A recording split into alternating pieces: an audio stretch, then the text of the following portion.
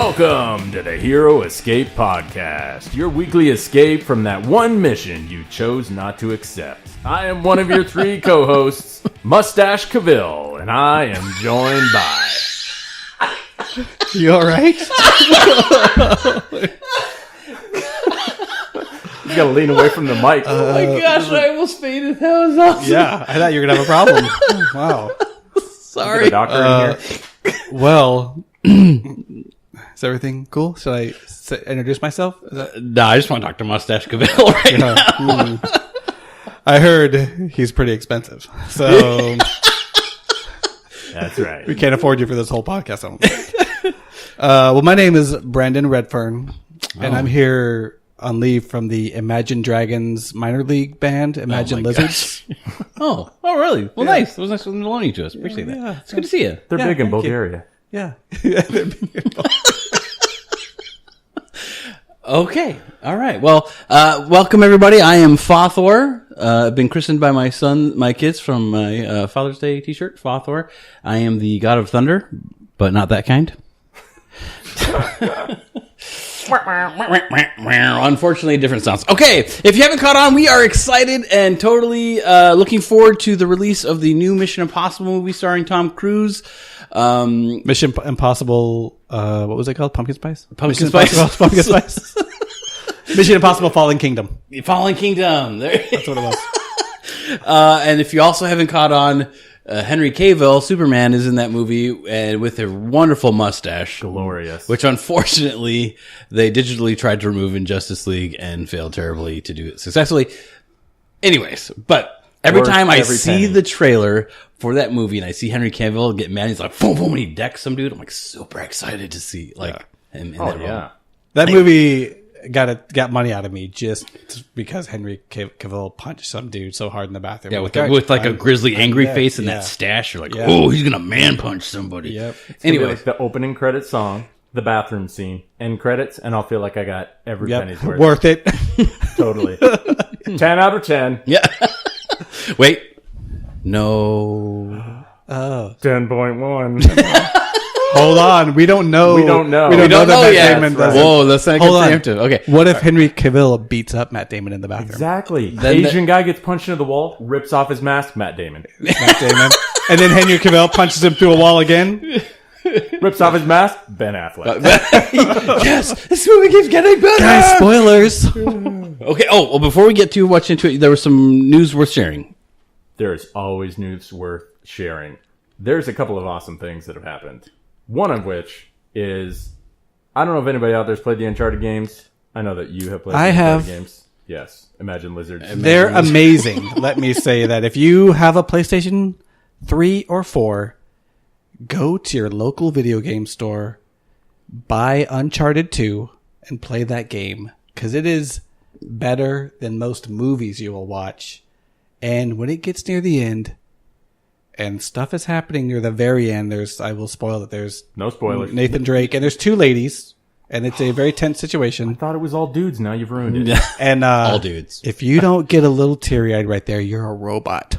Oh, wow. Okay? Okay. But that's not the news. The That's news not the is Nathan Fillion, right? Yes, the games are so amazing. For a long time, people have wanted them to make an actual movie. There's been a huge campaign. Then there was announcements. A script is in the works. A movie's happening. Everyone gets excited. And then years and years of red tape go by. Everybody getting frustrated. And the number one pick to play the lead character from the video game, Nathan Drake, has been Nathan Fillion from, of course, I'm blanking on Firefly. it right now. Firefly. yes. Serenity. Yep. Yeah. Both of Castle, if that's your thing. Yeah. But nothing was happening. And then yesterday, what appears on YouTube but a fan film made by Nathan Fillion with him playing Nathan Drake from the Uncharted series. He made How a cool is 15 Nathan minute- Fillion? I already love that guy, but he just got like, Oh, yeah. That much cooler. man, my fan love for him. My heart grew 3 sizes that day.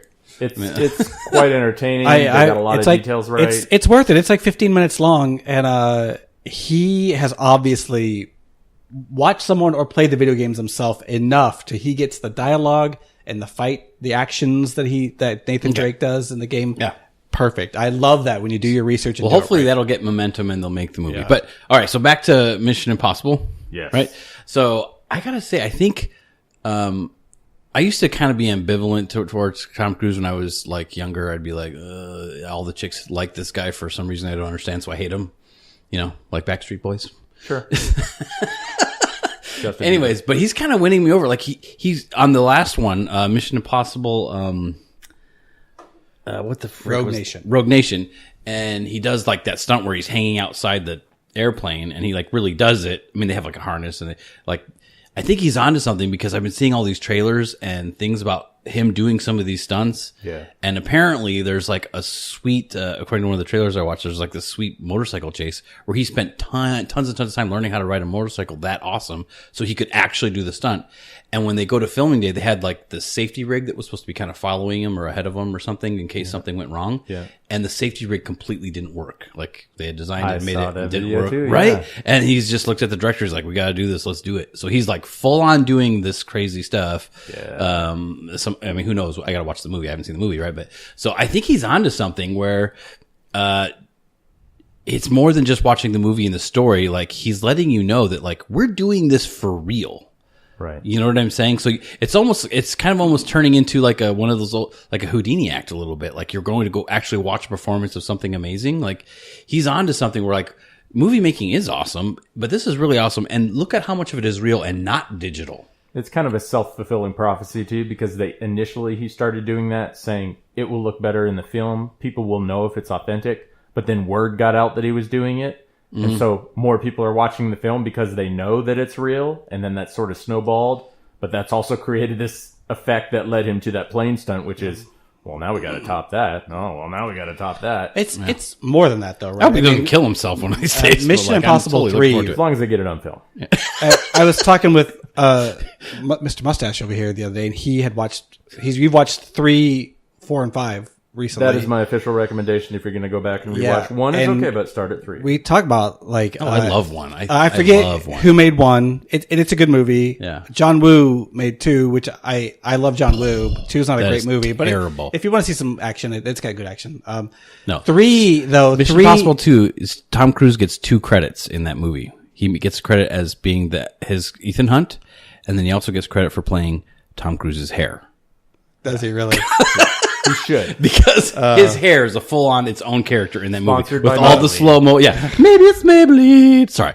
I can't. Number 2 drives me crazy, but the rest of them I totally love. But 3, they brought in, I think you said J.J. Abrams. J.J. And he Abrams. elevates that movie franchise. It Oh, becomes. I had no idea until you said that. And the JJ, yeah. there is a noticeable difference. And he also brought in your guy that you love so much. Simon Pegg. Yeah, And, love Simon. He's my favorite. The addition guy. of J.J. Abrams and Simon Pegg and just that since then, and not J.J. Abrams, I think even produced Ghost Protocol. I just watched Ghost Protocol the other night. It's good. It's so good. Man, they're so good. They've just elevated what those movies should be. He brought in his whole crew. If you are familiar with J.J. Abrams, he also was heavily involved and instrumental in that show Felicity back in the day. And the female agent that gets killed at the beginning of number 3 Felicity gal. is Felicity. And another character that was on one of his shows is, I don't actually know his name. He's the new Porkins in the new Star Wars movies. You know, the slightly tubby fighter pilot. Oh, dude. yeah. If you saw his face, you totally Yeah, recognize I him. know who you're talking about. He's always in J.J. Abrams joints, and he was in that one as well. He made a little appearance. And I was like, oh, look at that. He brought everybody with him when he got this project. How nice. That is nice. Yeah. So, What a swell guy. But I was saying, yeah, I watched Ghost Protocol recently, and yeah, it's his level. There's some self-referential sort of mocking that he does near the end of the movie, and when that bad guy, the hero's about to do something and says his line, and they cut to a scene where the guy's like, "Well, you actually said that out loud, like that, like that." Yeah. He's like, "Yeah, out loud." Tom Cruise, yes, I said that out he's loud. hitting the button in the briefcase to stop the nuke. Yeah. Mission accomplished. Yeah, and the next scene is him talking to Ving Rhames, I think is the actor's name, and then he's like, "You actually said that out loud," which I think that is awesome. That's awesome that you pointed that out. Yeah. But the first one did very well when it came out. But when I go back and watch it now, I'm sucked back into that era of the 90s. It's just like I am totally there. You know, I mean, they're playing the Cranberries at the end credits and everything. I mean, you're totally there. If you can get past it, though, I would say, I mean, start at 3 and work your way up if you haven't watched them because they're great. But even go back to 1. I watched it maybe 4 years ago, and I didn't hate it. Right? I mean, it still is a good plot. it's interesting. It's figuring out who did what. Who's the bad guy? I love that they've to build off what you're saying here, that they've kept his wife as a character, right? Because it's like 2 movies ago, he was married, he was out, right? And then they kidnapped her and he has to save her. That was such a compelling story, right? Because you totally sympathize with it. And Tom Cruise talking about traffic as though it's amazing was pretty funny, I thought. Yeah. His cover story. I thought that was clever. Anyway, so saving the wife. And then the last movie, like, there's a little cameo of her, you know, like she's still a thing. They didn't just like, oh, he married and left her and he's gone. Like, she's still a thing. And then I've seen her character in posters and little blips here of the trailers. So I'm like, oh, I'm glad that, you know, they haven't like, kind of like the Bond movies, they sort of dehumanized Bond. He was just this guy who womanized somebody, blew stuff up, and the movie was over with like no soul, right? But with him, they're keeping like, he's still a person. One of the many elements that elevated the whole franchise, like you said, when J.J. Abrams took over, was him introducing this idea that now he's out of the field and he's teaching so he can approach a normal life. Yeah. It's almost like Batman hanging up his cape, and you know what I mean? Like, it's the same idea. So it is. That's why it's important to start at 3 and watch them all the way through leading up to this one, is because there are little threads all the way They all through, tie and that's together. one of I them. think and I will say too, these movies are worth watching too, because I feel like oftentimes in Hollywood, movies get pushed out very quickly. You can tell it's like, hey, crank this movie out. Let's get it out there and start making money off it. Yeah, we're ready to make your money. Yeah. And I, being the movie curmudgeon that my cohorts here call me, I get very disappointed, disgruntled with these movies and very upset because I feel like they insult my intelligence. But When a movie gets like jammed through, you mean? yeah, and you can just see all these dumb holes in it, and a lot of flaws, contrivances, as Mr. Mustache always calls them too. But these movies, these Mission Impossible movies, have the talent of and the clout of Tom Cruise, who was like, right at the top of the A-list in Hollywood, and J.J. Abrams, big name directors, that they have the clout and the muscle in that where they are they can force them to say, we are going to do this movie right. If we don't get it out when you want us to get it out, we don't care, because you're not going to tell Tom Cruise. You are not going to tell Tom Cruise when Tom Cruise releases Tom Cruise's movie, okay? Tom Cruise releases his movie when Tom Cruise is ready. Yeah. Okay? Yeah. That's a quote I've heard. No, I'm kidding. Well, they have the clout to do it, and thankfully the intelligence to do it that way. Whatever, the integrity to their craft to do it that way. Yeah. Which results in a good product for us, right? Because Ghost Protocol, you can see it in 3, Ghost Protocol, Rogue Nation. They're so entertaining. Yeah.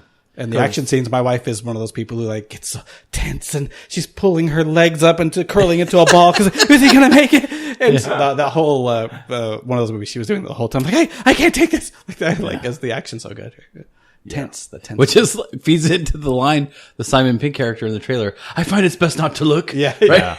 Yeah. That I feel like was a nod to something that happened during the filming of the upcoming Fallout. There is a scene in this movie where Ethan Hunt's character. Do we got to announce a spoiler, or is it a trailer? No, release? this is more of a behind the scenes thing.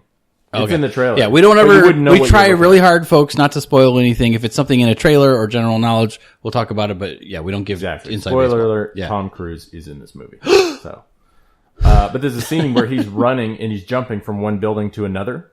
And when he did one of the takes and he made the jump, his foot hit the building at the wrong angle and he broke his ankle. They had another camera that was set in front of him so that they could shoot him grabbing the edge of the building and pulling himself up. After he broke his foot, he finished the shot. He pulled himself up and limped forward. Yeah.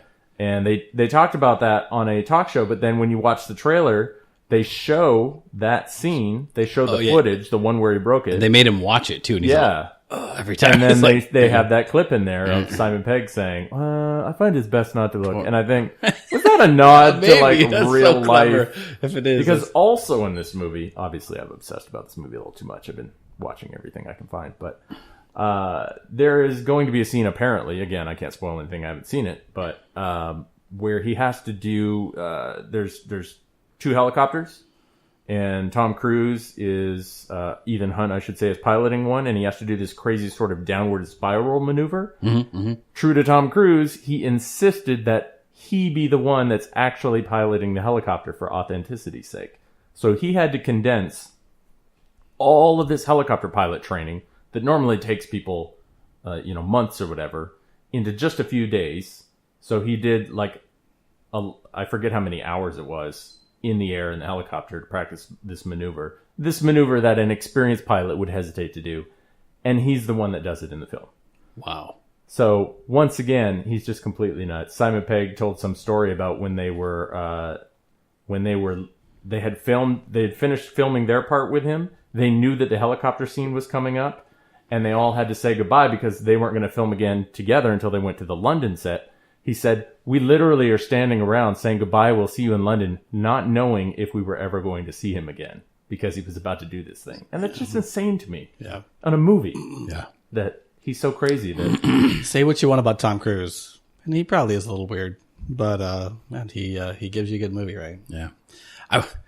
After I just kind of said my fanboy love for his recent movies, I will have to say, it's cool that he bought the rights to the Jack Reacher character, but I really wish he wasn't the Jack Reacher character. Yeah. Just to me. Yeah, if you've read the book. He's being tough, he's doing the lines, but the Jack Reacher character is supposed to be like 6'4", and Tom Cruise is lucky if he's 5'4". Okay, he's just not tall. Yeah, it's like a like everyone when they see the character in the book, when they see the character in those books, they always refer from like the gorilla, the walking wall, you know what I'm saying? Like that's like anyway. All right, but I digress. And these Mission Impossible movies is awesome. It's cool that they showed like they kept the shot where he broke his ankle, like you said, and all that, because like sometimes he takes all these falls and does all these rolls, and there's a skill to doing that so you don't get hurt as much. But and folks, he's like, what? We looked it up. He's like 54? 54, 56. He's in his mid-50s. Mid to late. I mean, think about it. And here's this guy jumping over. I almost want. Is he like got like one of those rush adrenaline junkies? Maybe, I don't know. Might be. Good for him. So, anyways, super excited. Okay, any wish list or bold predictions? Oh, for Mission Impossible Fallout. I don't know if the trailer ever makes clear if Henry Cavill is a good guy or bad guy. It's ambiguous, isn't it? It is. My first trailers, I'm thinking he's a bad guy, right? But now I'm watching the newer trailers and TV spots, and I'm like, oh, maybe he's not a bad guy. But I think he will be a bad guy. I sort of hope he's a good guy, because honestly, if I like him the way I liked him in the trailer, then I would like to see him in the next one. Honestly, I would. So I sort of hope. I hope he makes it to the next one. Here's my prediction. I think he dies in this movie. Yeah. I have a feeling we're going to have I don't know if that's bold, but it's pretty a Henry Cavill death scene. That's what I think. But man, I so want to see him just man punch a bunch of people with that mustache. I just want to see it so bad. Like you showed me that in the trailer. That's that. I'm like, oh, I want to see him, because you see him like in those, like in the Superman movies and stuff with the shirt. And like, this guy is so ripped. And then he like Superman punches stuff, but that's like. Right. Yeah, I want to see him man to man, like I said, mortal man punching another mortal. I said before, kind of like when you watch Man of Steel the first time, that's my first exposure to that guy, and I don't really know if I like this. I wasn't sure how I felt about it, and then the second time, like, if you pay attention to the actor and when he's talking and being a person, he's super charismatic and you like him. He just don't get to do that enough. Yeah. He didn't get to do that enough as Superman, but so I'm hoping you get more of that on this. Yeah, so a good actor, very charismatic. I like the voiceover in the trailer is Henry Cavill's character, whatever his character's name is. How many times does a man like that, tall punchman, can a man like that be betrayed by his government before he says enough is enough? Yeah. Right. So it kind of teases you that you're going to see this point where Ethan Hunt, because like even the Ghost Protocol, where he's been disavowed for the millionth time and he still comes back and saves the day. The CIA director who's trying to screw him over, he ends up elevating him by saving the English Prime Minister. You know what I'm saying? Totally end up doing the right thing. And I kind of want it to.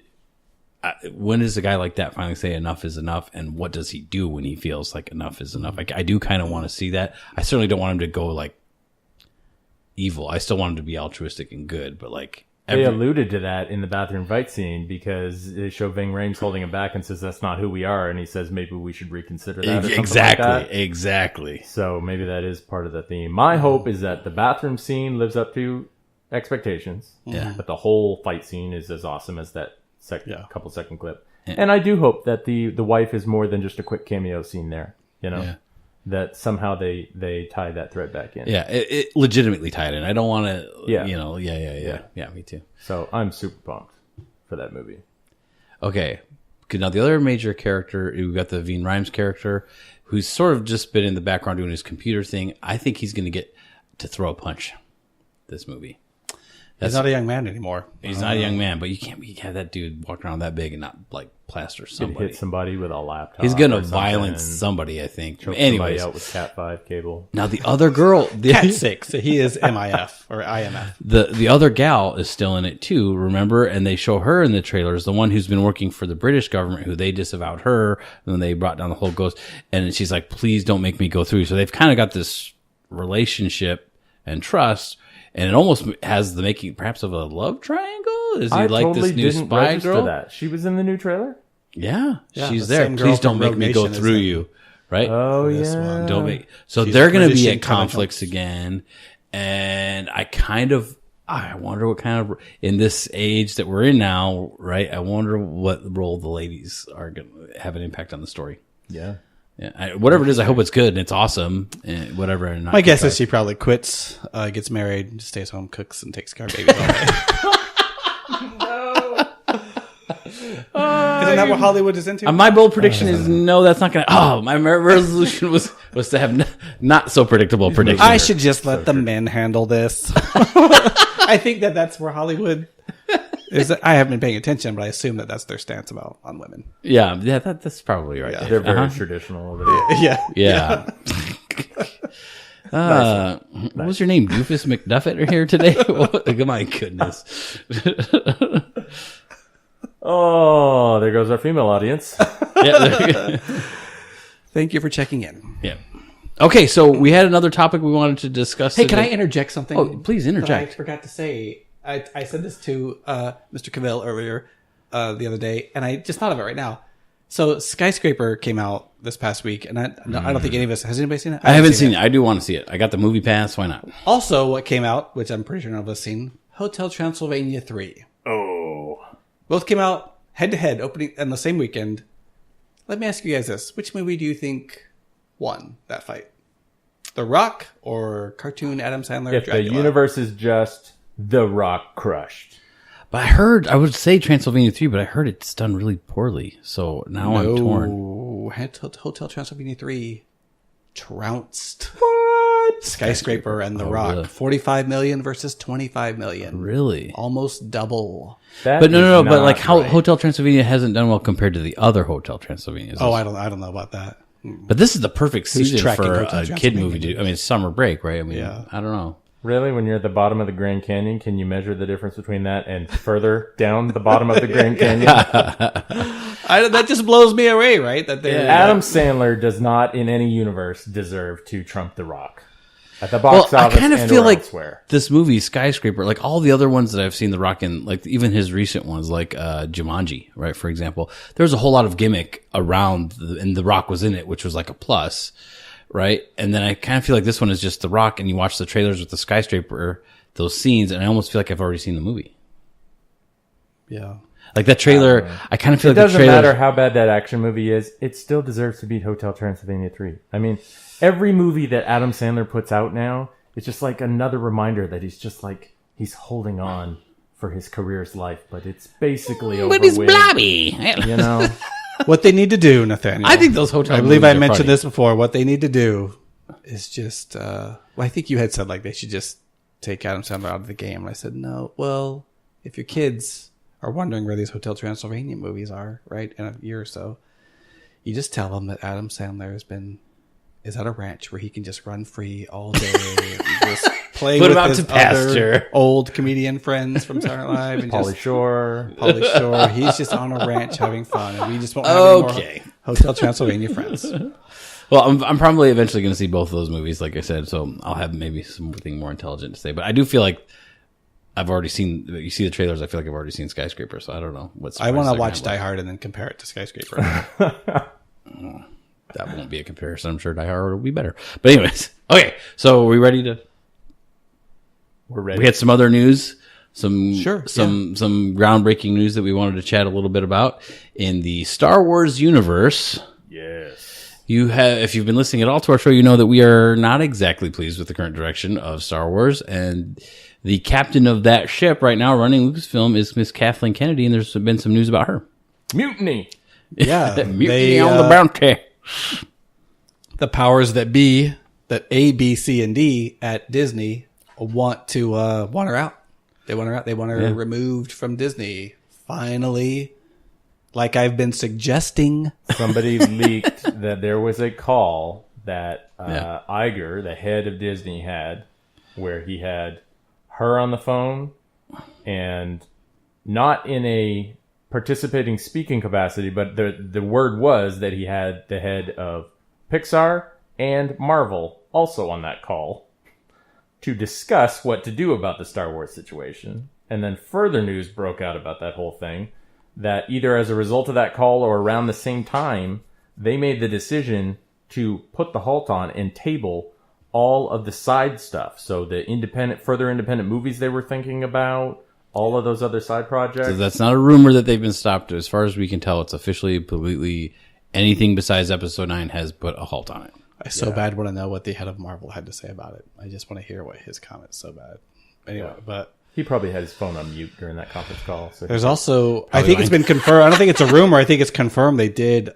It was maybe someone comment, but I think they did offer that job to J.J. Abrams, and he immediately said no. Yeah. Well, it's smart move for him. I mean, he likes to make movies, not to be the puppet master. He doesn't want to be a puppet master. He wants to make movies. You're stepping into like the coach of a team that has no way of making the playoffs and is embarrassing itself. Yeah, I mean, bad news bears times 10. You're stepping in as like the coach where you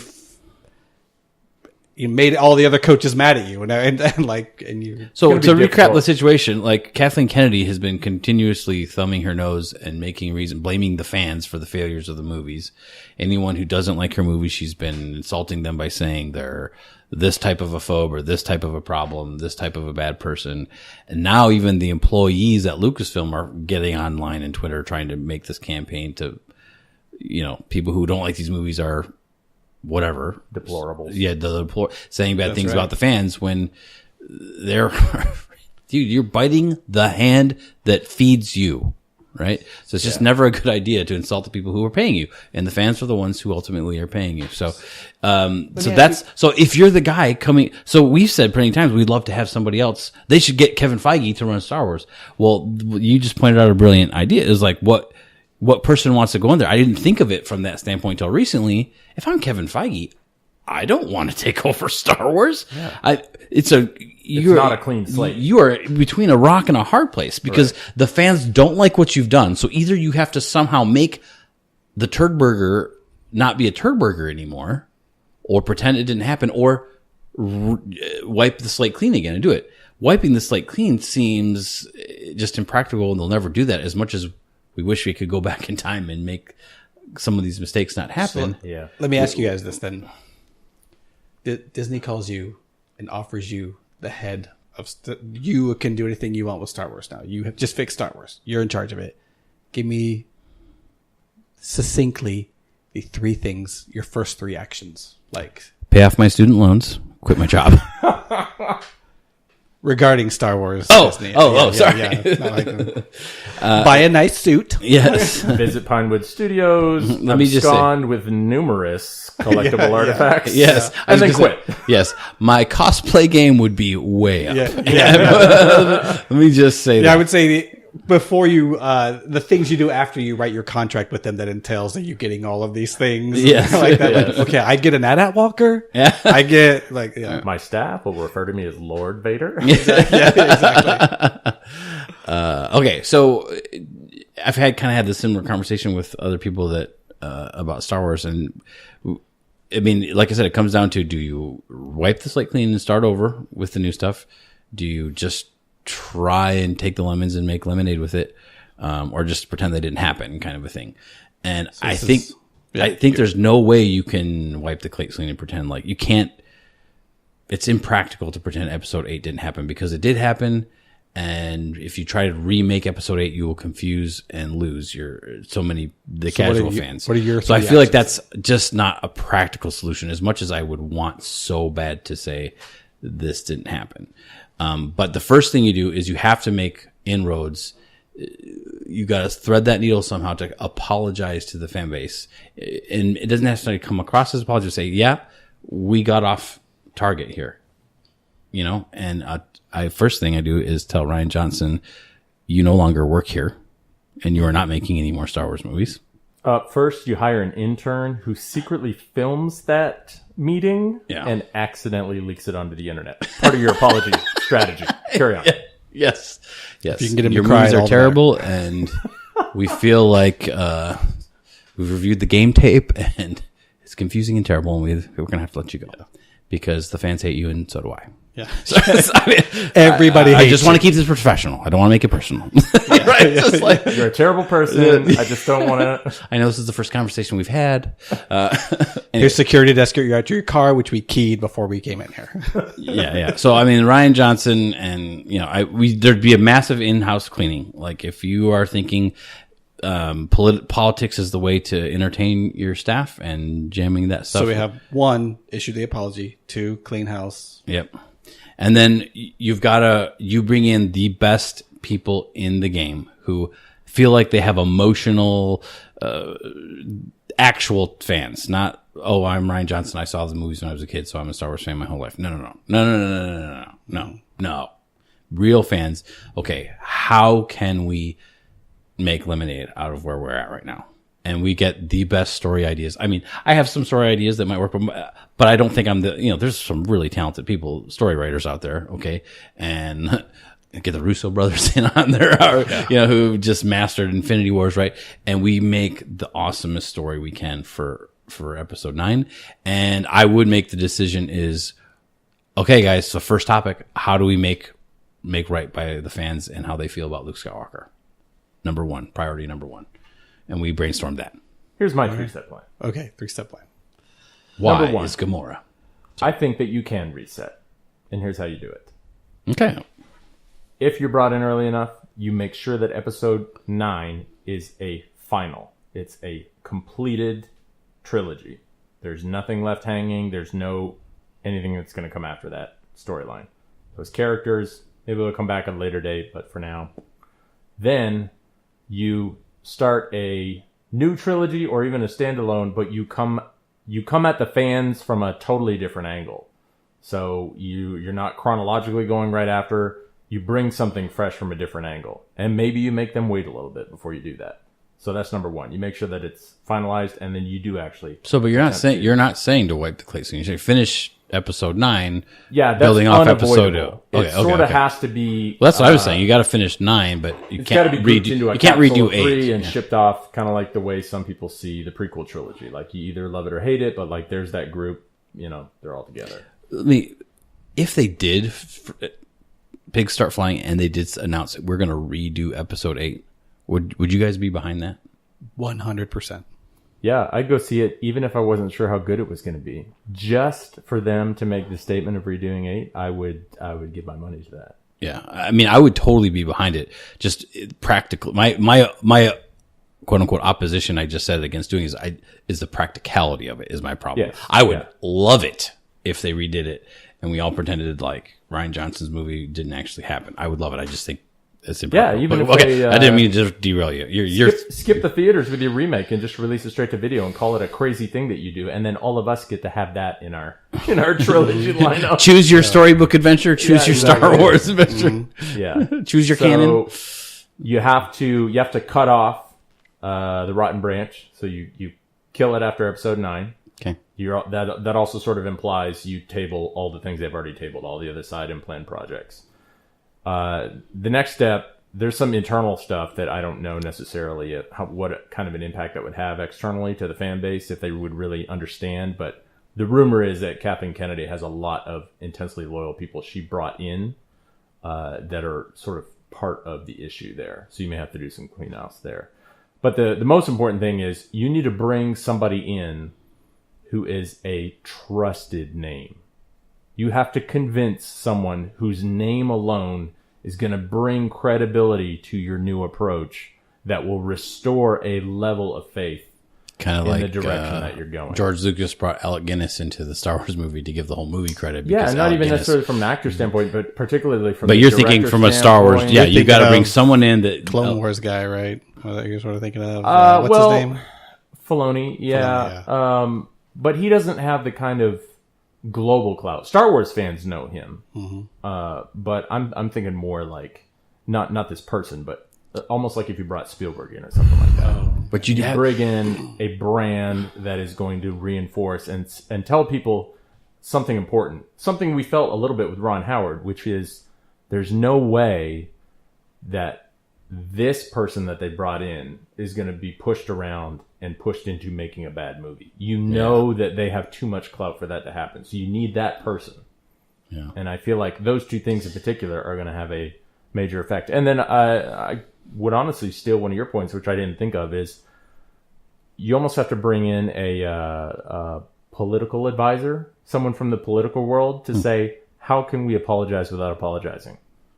Yeah. How can we restore our relationship with the fans, make it clear to them, almost in the beautiful way that Mark Hamill did in every single interview, saying, you know, I first felt when I saw this script, you know what I said when I first read this. But ultimately, it's where their he was vision. just striking that beautiful balance. Yeah. So I feel like those three components, I mean, that's what you got to do.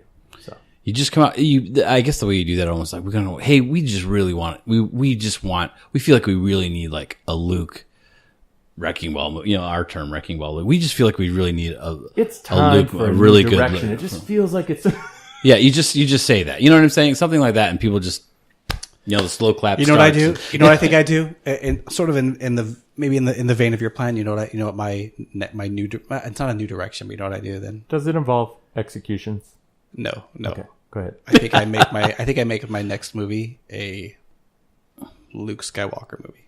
Yeah. It is a Star Wars Luke Skywalker. How do you and do I that, maybe though? even make that a trilogy. How do you do that? You can't do young. If you do young Luke, you got to cast some other guy. You can't do that because he was young in the first movie.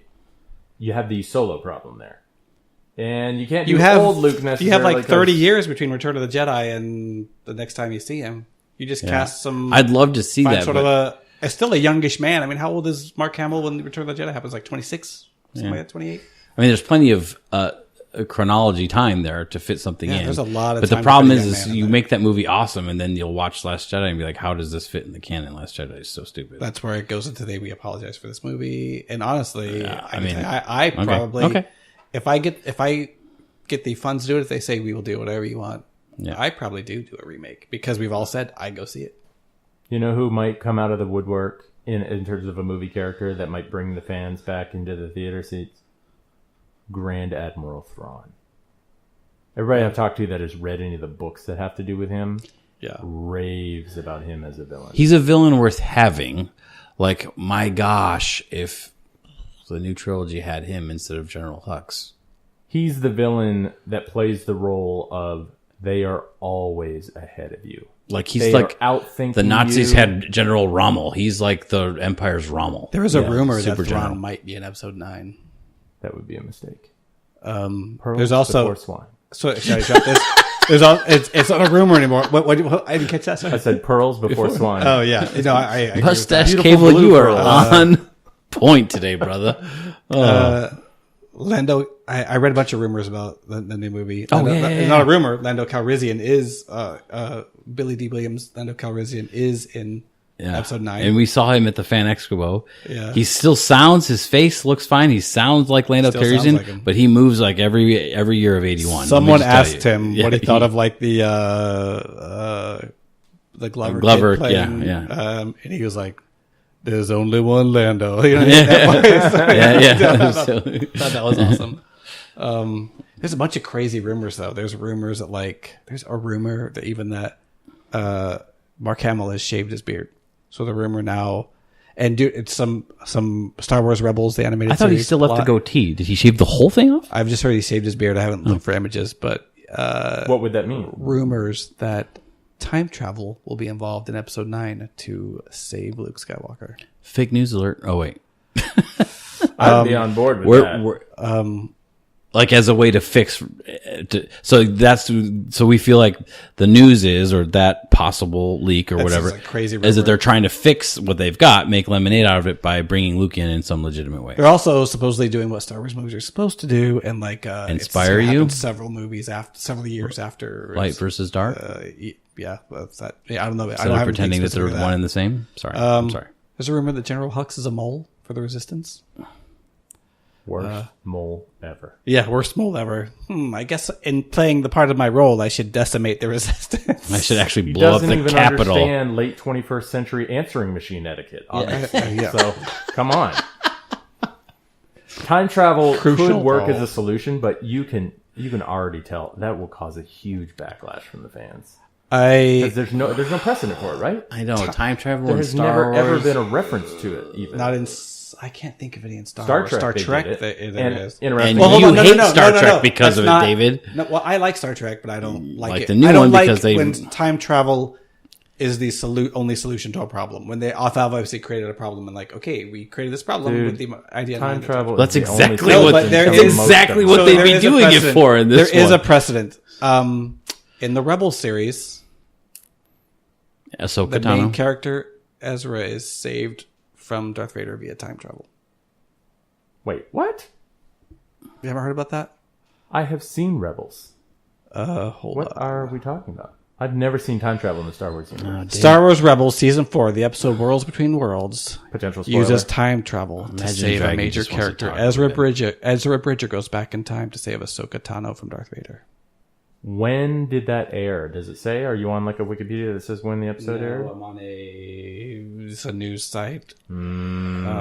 So I wonder if it's even. Here's what I'm saying.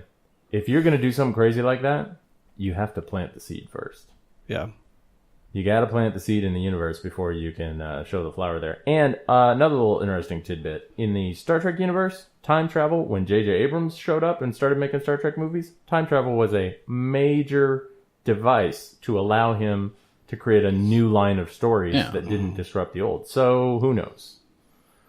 Which some people really have a problem with resetting Some the time people do zone. have a problem with that. I'm Here's still how I all would look at about- it. Here's how I would look at it. The new timeline created is the correct timeline. The Star Wars Last Jedi is a deviation that should be completely corrected. Well, I agree. Yes, I wish it. Yes, If it was done correctly, I probably wouldn't hate it. But honestly, what I would probably do, I don't know. I don't know. In my heart of hearts, what I want to happen is, we're sorry about The Last Jedi. Please throw your DVDs away. We will replace it for free with the right movie when it's made.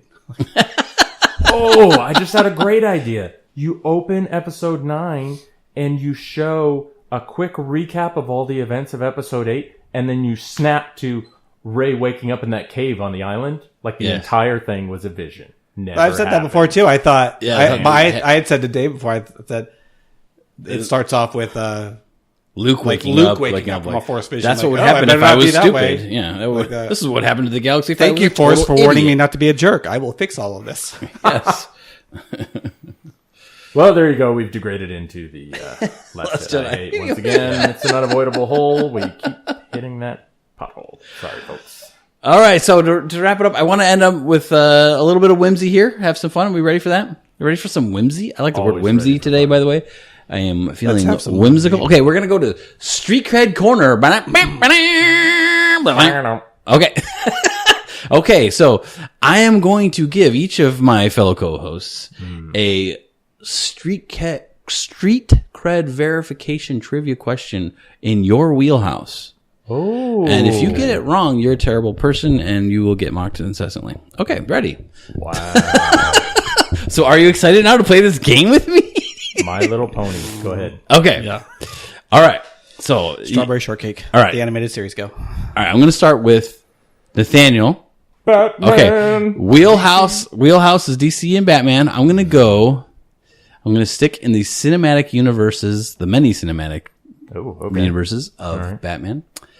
In a previous long begone Batman movie, the character Bruce Wayne has a conversation with Poison Ivy. Oh, man. Okay. Poison Ivy is trying to get Bruce Wayne to support her ridiculous idea to save the plants. Bruce Wayne rejects this idea on the grounds of...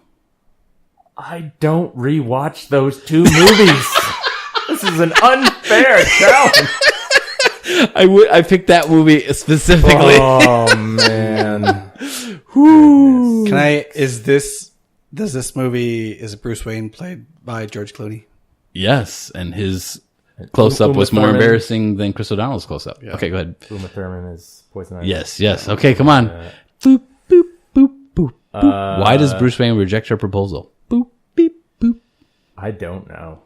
Do you want to phone a friend? I will I don't phone a remember friend. exactly why. I don't remember. He doesn't watch these movies either. I think you've lost street cred I don't. for knowing. I don't. this Well, information. I do. I will go back and watch the other ones. But I hate George Clooney as Batman, so I've never watched that movie. So. Yeah, I think that one's routinely considered. Stupid scene where he pulls out his credit card and it is a Batman credit card. Are you even trying to keep His the secret? bat card. Yeah. Yeah.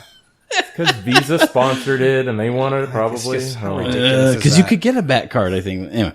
I'm interested in the answer now, though. Okay. So for those guys, so she has this proposal to save all the trees. Bruce Wayne looks at this proposal. He He looks says, at it. "Leave it alone."